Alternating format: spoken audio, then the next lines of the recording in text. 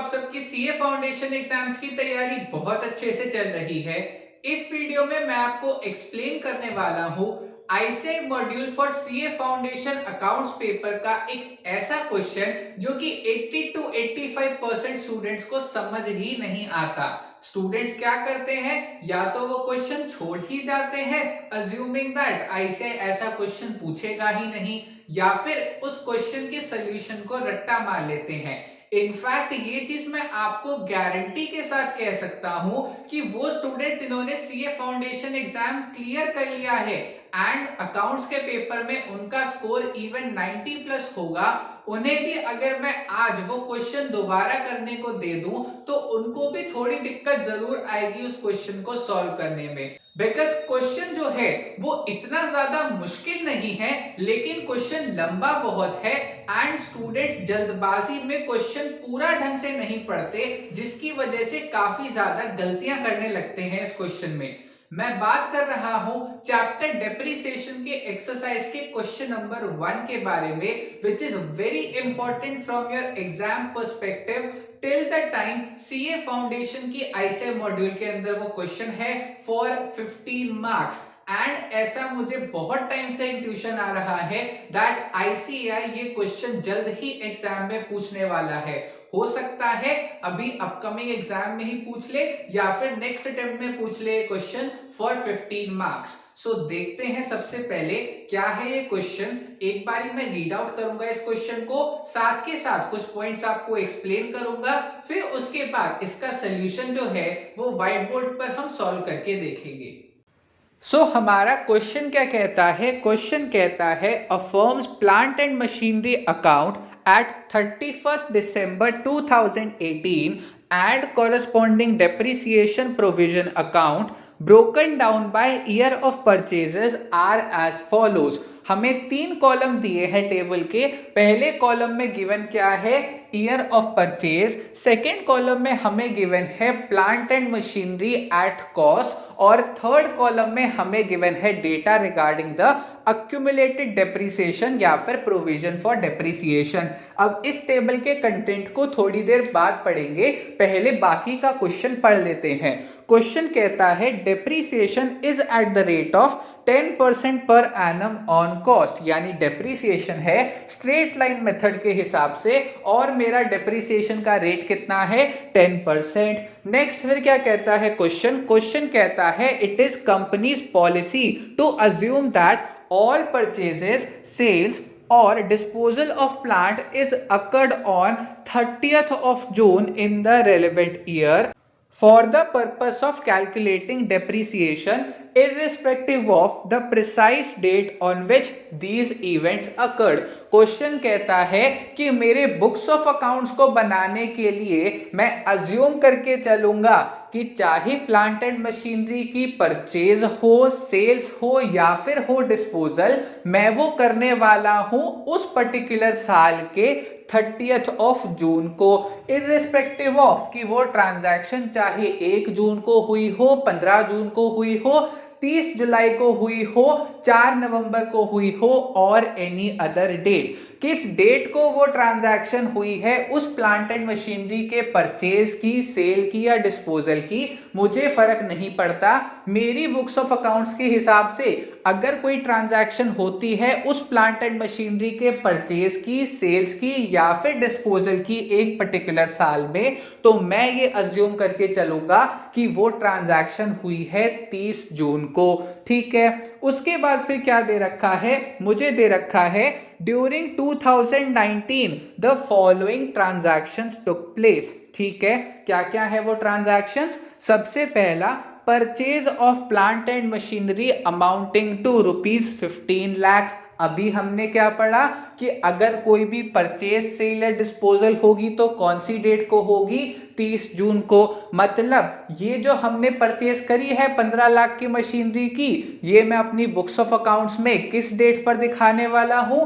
30 जून 2019। Next फिर point कहता है plant that was bought in 2008 is scrapped for ₹1,70,000। मतलब 2008 में जो मैंने प्लांट खरीदा था एक बारी टेबल पर आकर देखते हैं। 2008 में जो मैंने 3 लाख रुपए का प्लांट खरीदा था, मैं इस साल बेचने वाला हूं। ठीक है, अब 2008 में जब मैंने वो प्लांट खरीदा था, कब खरीदा होगा? 30 जून 2008 को। अब जब इस साल मैं वो प्लांट बेचने वाला हूं, किस डेट को बेचूंगा? 30th of June 2019।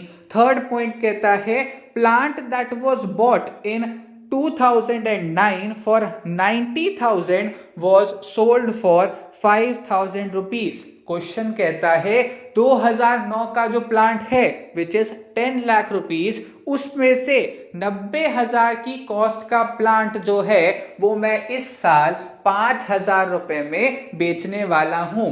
अब वो 90,000 की कॉस्ट का प्लांट मैंने कब खरीदा था? 2009 में। किस डेट को? 30 जून को। सो 30th जून 2009 को मैंने एक प्लांट खरीदा था फॉर 90,000, जिसको मैं इस साल बेचने वाला हूं। कब बेचने वाला हूं? 30 जून 2019 को। एंड कितने रुपए में? 5,000 रुपए में। लेकिन एक इंपॉर्टेंट चीज क्या है? वो हमारा डेप्रिसिएशन का रेट कितना था? 10% पर एनम सिंपल इंटरेस्ट। मतलब टोटल डेप्रिसिएशन कितने साल चार्ज होगा? 10% के हिसाब से 10 साल तक, यानी 30 जून 2009 से लेकर के 30 जून 2019 तक मेरा डेप्रिसिएशन चार्ज होना था। अब 30 जून 2009 से लेकर 31 दिसंबर 2018 तक का डेप्रिसिएशन तो मैंने पिछली बुक्स में चार्ज कर दिया था, लेकिन इस साल जो 6 महीने का डेप्रिसिएशन है वो मुझे चार्ज करना पड़ेगा। क्यों? क्योंकि मैं बेचने वाला हूं ये प्लांट। कब? 30 जून 2019 को। सो 1 जनवरी 2019 से 30 जून 2019 तक का जो आधे साल का डेप्रिसिएशन है वो मुझे अकाउंट फॉर करना होगा। नेक्स्ट फिर फोर्थ पॉइंट जो है वो क्या कहता है? Plant that has been bought in 2010 for rupees 2,40,000 was sold for rupees 15,000। Question कहता है 2010 में जो 7 लाख का मैंने प्लांट खरीदा था, उसमें से 2,40,000 का प्लांट जो है वो मैं इस साल 15,000 रुपए में बेचने वाला हूं। खरीदा कब था मैंने? 2010 में। किस डेट को? 30th जून 2010। बेच कब रहा हूं? 2019 में। किस डेट को? 30th जून 2019। अब 30th जून 2010 से लेकर के 10 साल तक डेप्रिसिएशन चार्ज करना था, यानी कब तक करना था? 30th जून 2020 तक। लेकिन मैं तो बेच रहा हूं 30th जून 2019 को ही। अब मैंने 31st ऑफ दिसंबर 2018 तक का तो पूरा डेप्रिसिएशन चार्ज कर ही दिया होगा, लेकिन 1st ऑफ जनवरी से 30th ऑफ जून तक तो मैंने यूज करा है ये 2,40,000 का प्लांट। तो इस पर मैं 6 महीने का डेप्रिसिएशन चार्ज करूंगा एंड फिर बेचूंगा मैं ये प्लांट। ठीक है, नेक्स्ट फिर हमारा अगले पॉइंट पर आते हैं। सो हमारा क्वेश्चन क्या कहता है? हमारा क्वेश्चन कहता है कैलकुलेट करना है provision for depreciation of plant and machinery for the year ended 31st December 2019। Next फिर क्वेश्चन क्या कहता है? In calculating the provision you should bear in mind that it is company's policy to show profit or loss on sale of disposal of plant as a completely separate item in the profit and loss account। Question क्या कहता है? Question कहता है जो भी profit या loss आएगा plant and machinery को सेल या फिर डिस्पोज ऑफ करने पर, उसको मैं as a separate item show करने वाला हूं इन P&L अकाउंट। सो इसीलिए हम क्या करेंगे? सेल और disposal of plant and machinery के नाम से एक अलग अकाउंट बना देंगे। नेक्स्ट, अब हमें क्वेश्चन में क्या कहा गया है? क्वेश्चन में कहा गया है you are also required to prepare the following ledger accounts during 2019। कौन से लेजर अकाउंट बनाने को कहा गया है हमें? सबसे पहले plant and machinery at cost. ठीक है, दूसरा डेप्रिसिएशन या फिर अक्यूमुलेटेड डेप्रिसिएशन अकाउंट, जिसे हम प्रोविजन फॉर डेप्रिसिएशन अकाउंट भी कह सकते हैं। And the third account is sale और disposal of plant and machinery. ठीक है, अब सबसे पहले हम क्या करने वाले हैं, देखने वाले हैं प्रोविजन फॉर डेप्रिसिएशन की वर्किंग। जैसे ही आपको वो समझ आ गई तो अकाउंट्स बनाने तो आपके लिए बस बाएं हाथ का ही खेल होने वाला है। हाँ जी, अब इस क्वेश्चन के सॉल्यूशन की तरफ चलते हैं। सबसे पहले क्वेश्चन में हमें क्या क्या चीजें दे रखी हैं। क्वेश्चन में हमें 31 दिसंबर 2018 के रिस्पेक्ट में एक टेबल दे रखी है जिसमें 3 चीजें गिवन है। सबसे पहला कि मैंने मशीनरी कौन से साल में खरीदी, मशीनरी की कॉस्ट क्या थी, एंड 31 दिसंबर 2018 तक मशीनरी में एक्यूमुलेटेड डेप्रिसिएशन या प्रोविजन फॉर डेप्रिसिएशन कितना था। इसके अलावा मुझे क्या क्या दे रखा है क्वेश्चन में। सबसे पहला पॉइंट दिया है कि 2019 में मैंने 15 लाख की एक मशीन खरीदी है, और इसके अलावा 2008 में जो मैंने 3 लाख की कॉस्ट की मशीन खरीदी थी उसमें से 1,70,000 की मशीनरी की कॉस्ट वाली मशीन जो है वो मैंने बेच दी 2019 में। नेक्स्ट 2009 में जो 10 लाख की मशीन खरीदी थी उसमें से मशीन कॉस्टिंग 90,000 जो है वो मैंने इस साल बेच दी। नेक्स्ट 2010 में जो मैंने 7 लाख की मशीन खरीदी थी उसमें से 2,40,000 की कॉस्ट वाली मशीन जो है वो मैंने इस साल बेच दी। क्वेश्चन में क्या गिवन है कि चाहे बात आए परचेज, चाहे सेल, चाहे डिस्पोजल, मैं करूंगा हमेशा 30 जून को। यानी कि ये सारी जो मेरी मशीन्स हैं ये मैंने कब खरीद रखी हैं, 36 2002, 36 2008, 36 2009, 36 2010, 36 2017, 36 2018, और ये जो नई मशीन मैं खरीदने वाला हूं ये मैं कब खरीदने वाला हूं, 36 2019 को। इसके अलावा क्वेश्चन में गिवन है कि मेरा डेप्रिसिएशन का रेट है भैया 10% per annum straight line method, यानी मेरी मशीन जो है उसकी एस्टिमेटेड यूजफुल लाइफ यानी EUL कितनी हो गई, 10 साल। मतलब वो मशीन जो कि मैंने 30/6/2002 को खरीदी थी उस पर मैं 10 साल डेप्रिसिएशन लगाऊंगा, यानी डेप्रिसिएशन कब तक लगा होगा, 30/6/2012 तक। एंड सिंस अभी ये साल जो है 31/12/2018 के बैलेंसेस दे रखे हैं, इसीलिए ये जो मेरी 2 लाख का एक्यूमुलेटेड डेप्रिसिएशन आ रहा है वो ये रिप्रेजेंट करता है कि 30/6/2012 को मैंने टोटल पूरा डेप्रिसिएशन जो है वो बुक कर दिया है अपनी बुक्स में। सिमिलरली 30/6/2008 को जो मैंने मशीन खरीदी थी इस पर डेप्रिसिएशन कब तक लगना था, 30/6/2018 तक। अभी डेट क्या है, 31/12/2018, इसीलिए इस मशीन के अगेंस्ट भी पूरा डेप्रिसिएशन जो है वो ऑलरेडी बुक हो चुका है। नेक्स्ट फिर अगली असेट्स जो है मेरी 30/6/2009, 30/6/2010, 30/6/2017, 30/6/2018। सबसे पहले बात करते हैं 30/6/2009 की। 30/6/2009 को जो मैंने एसेट खरीदी 10 साल के हिसाब से इस पर कब तक का लगना था डेप्रिसिएशन, 30/6/2019 तक का।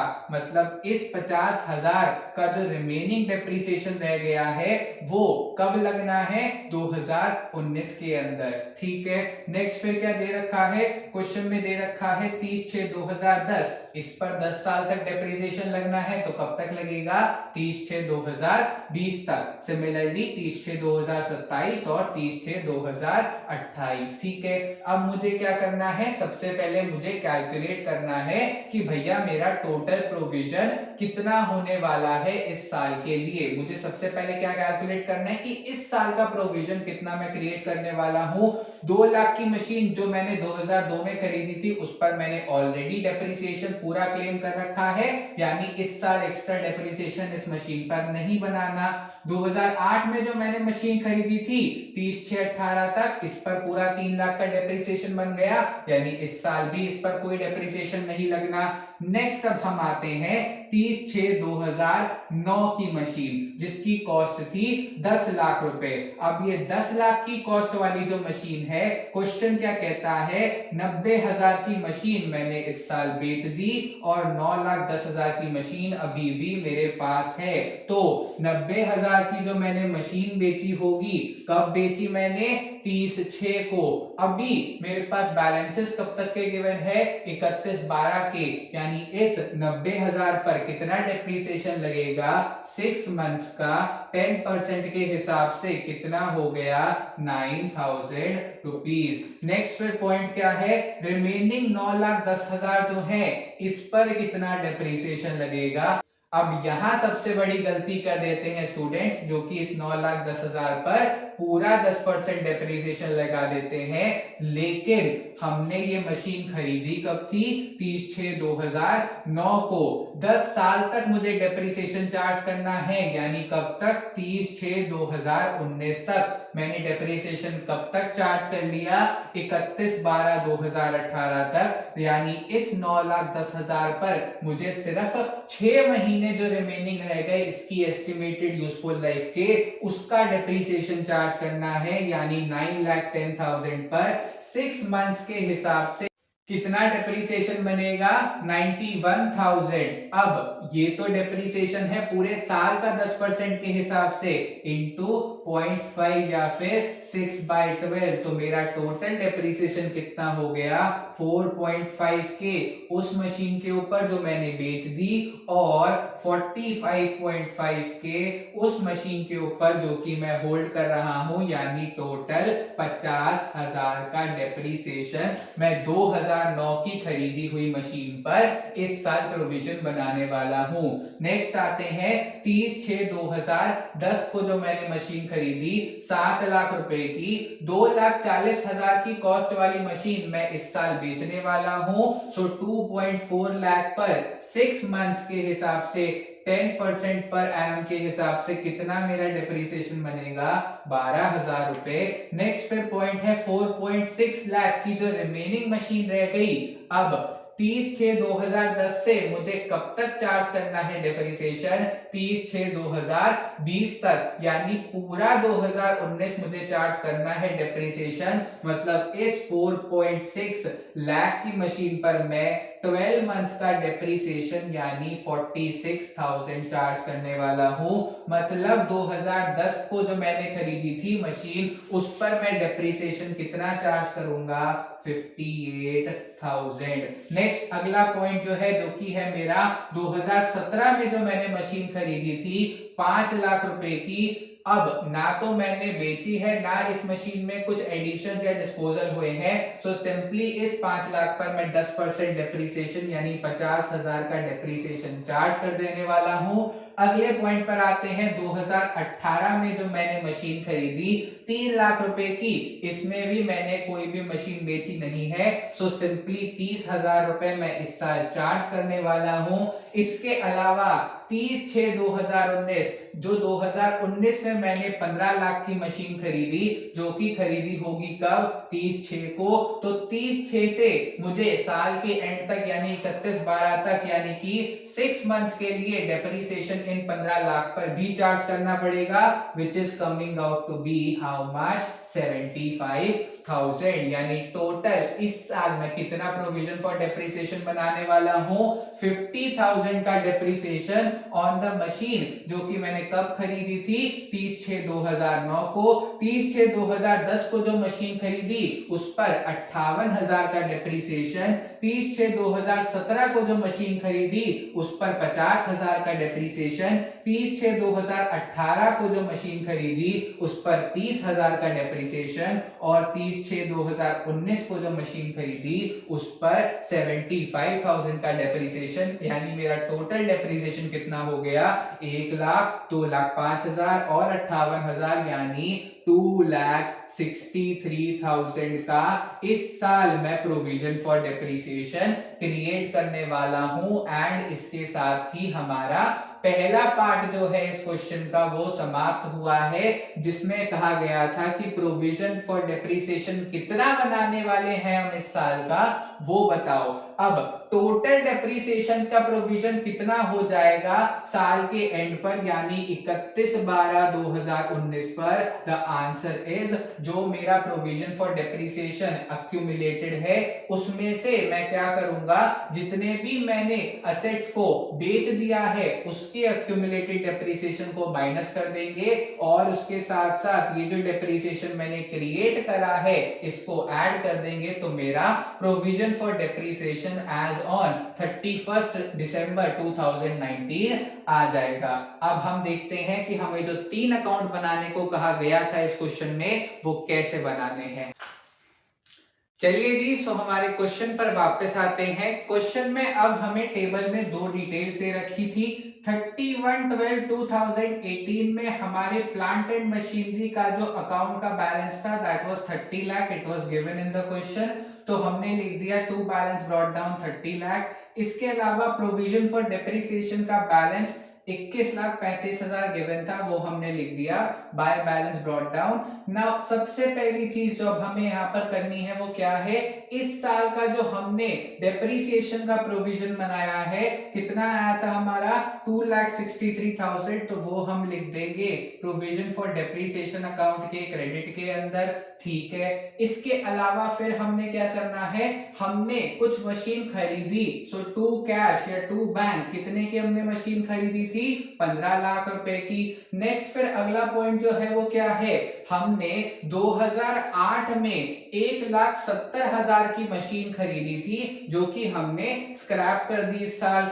2009 में 90,000 की मशीन खरीदी थी जो कि हमने 5,000 में बेच दी, और 2010 में 2,40,000 की मशीन खरीदी थी और वो मशीन हमने 15,000 की बेच दी। यानी टोटल कितनी कॉस्ट है मेरी उन मशीन्स की जो कि मैंने स्क्रैप कर दी या सेल कर दी इस साल। द आंसर इज 1.7 और 2.4 हो गए 4.1 लाख, और 0.9 लाख हो गए हमारे टोटल 5 लाख रुपीस। तो ये 5 लाख रुपए जो हैं वो हम हमारे प्लांट एंड मशीनरी अकाउंट से हटाकर सेल एंड डिस्पोजल अकाउंट में ट्रांसफर कर देंगे। सो हम क्रेडिट करेंगे बाय सेल और डिस्पोजल अकाउंट, और सेल और डिस्पोजल अकाउंट में डेबिट कर देंगे टू प्लांट एंड मशीनरी, कितना 5 लाख रुपए। अब इसके बाद हमने क्या देखना है, हमने देखना है कि इन 3 मशीन्स पर हमने कितना डेप्रिसिएशन इन टोटल चार्ज करा है। वो प्रोविजन फॉर डेप्रिसिएशन हम प्रोविजन फॉर डेप्रिसिएशन अकाउंट से हटाकर सेल और डिस्पोजल अकाउंट में ट्रांसफर कर देंगे। सो सबसे पहले वो मशीन जो मैंने खरीदी थी 30/6/2008 को, उस मशीन पर मैंने 30/6/2019 तक कितना डेप्रिसिएशन चार्ज करा है। 30/6/2008 से 10 साल तक मुझे डेप्रिसिएशन चार्ज करना था, यानी कि 30/6/2018 तक मैंने पूरा डेप्रिसिएशन चार्ज कर लिया है। यानी प्रोविजन फॉर डेप्रिसिएशन जो कि मैंने चार्ज करा है against the asset that was purchased on 30th June 2008 is 100%, that is 1.7 lakh. Next अगर मैं बात करूं 2009 में खरीदी हुई मशीन की, 30/6/2009 को मैंने वो मशीन खरीदी, 30/6/2019 को बेच दी, यानी पूरे 10 साल यूज करी। यानी इस पर भी मैंने कितना डेप्रिसिएशन चार्ज कर लिया, पूरा 100%, दैट इज 0.9 लाख। नेक्स्ट फिर 30/6/2010 को जो मैंने मशीन खरीदी, यूज करी 30/6/2019 तक, यानी टोटल मैंने कितना डेप्रिसिएशन चार्ज करा है 9 साल का। 10% के हिसाब से टोटल 90% मैंने डेप्रिसिएशन चार्ज कर लिया है। यानी मैंने कितना डेप्रिसिएशन चार्ज करा है 2.16 लाख। यानी टोटल मैंने कितना प्रोविजन यहां पर चार्ज करा है 4.76 लाख। यानी ये 4.76 लाख जो कि मैंने अब तक चार्ज करा है प्रोविजन फॉर डेप्रिसिएशन में, ये मैं प्रोविजन फॉर डेप्रिसिएशन अकाउंट से ट्रांसफर कर दूंगा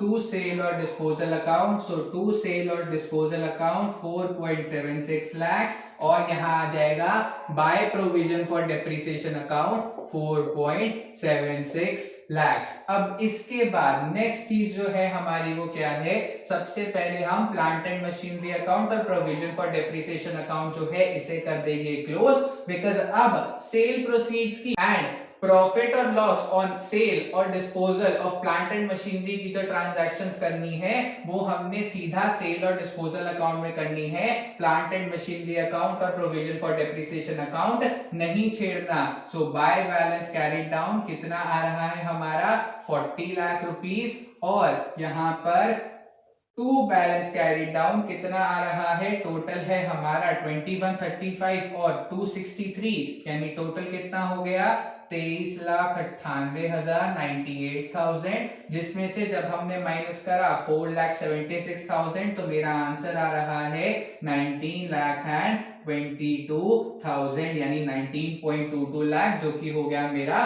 प्रोविजन फॉर डेप्रिसिएशन अकाउंट का कैरी डाउन बैलेंस। अब नेक्स्ट चीज, इस सेल और डिस्पोजल अकाउंट में अब मुझे क्या करना है, इन 3 मशीन जो कि मैंने सेल कर दी या डिस्कार्ड कर दी, इसके जो सेल प्रोसीड्स आए हैं, मेरे पास पैसा आया, सो कैश अकाउंट डेबिट है, bank account debit to sale और disposal of plant and machinery, यानी बाय कैश और बैंक कितना पैसा मेरे पास आया 20,000 रुपए, यानी कि 0.2 लाख, और जो मेरा बैलेंसिंग फिगर होगा which is coming out to be how much, it is coming out to be 0.04 lakh, या फिर जिसे मैं प्यार से कह सकता हूं 4,000 रुपए, ये क्या होगा P&L अकाउंट में ट्रांसफर हो जाएगा। सो मेरी एंट्री क्या हो गई, profit and loss account debit to sale और डिस्पोजल, यानी ये 4,000 का मेरा लॉस हुआ है ऑन सेल और disposal of plant and machinery. So इसी के साथ ही खत्म होता है हमारा ये क्वेश्चन।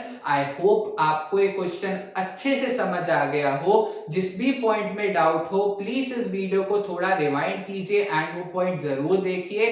मैंने अपनी पूरी कोशिश करी है कि हर एक पॉइंट, हर एक एडजस्टमेंट को मैं आपको अच्छे से एक्सप्लेन कर सकूं। Thank you very much for watching this video. I hope कि अगर ये क्वेश्चन आपके एग्जाम में आता है तो आप अच्छे से एंड कंसेप्चुअली इस क्वेश्चन को सॉल्व करके आएंगे। Wishing you all the very best for your exam. Take care of yourselves.